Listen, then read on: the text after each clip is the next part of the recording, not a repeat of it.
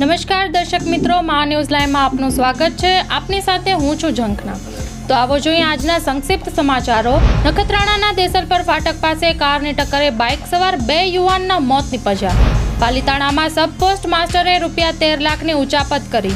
આણંદમાં બિલપાડ ગંભીરા માર્ગ ઉપર વાહનની ટક્કરે મહિલાનું મોત નીપજ્યું. જામનગરમાં માસૂમ બાળકીને છરીના ઘા છીંકી સંબંધી વૃદ્ધ દ્વારા હત્યા કરાઈ. જૂના મોરબી રોડ પર બંધ મકાનમાંથી 1.47 લાખની ચોરી. મોરબીમાં ટ્રકમાં બ્રેક નહીં લાગતા ડમ્પર પાછળ અથડાતા ટ્રક ચાલકનું મોત નીપજ્યું. સુરતમાં આરપીએફના એએસઆઈ પર 7-8 યુવાનોનો પથ્થરમારો, માથામાં મલ્ટિપલ ફ્રેક્ચર.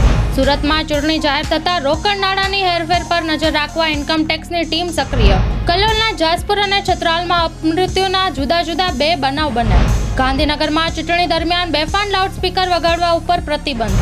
વડોદરાના માનસિક અસ્વસ્થ પ્રૌઢનો ફાંસો ખાઈને આપઘાત. વડોદરાના વાઘોડિયા રોડ ઉપર મારામારી કરતા યુવાનના કાનના પડદામાં કાણું પડી ગયું. લોકસભા ચૂંટણીની પ્રથમ તબક્કાની નોટિફિકેશન જાહેર. 102 સીટ પર નોમિનેશન શરૂ. 19 એપ્રિલે મતદાન યોજાશે. મુંબઈ ટીબીના કુલ કેસના 36% સાથે રાજ્યમાં સૌથી મોખરે. સુરતના ખાડી બ્રિજ પાસેના 300 ઝૂંપડાના ડિમોલિશનને લઈને આવાસની માંગ, મુખ્યમંત્રીને કરાશે રજૂઆત.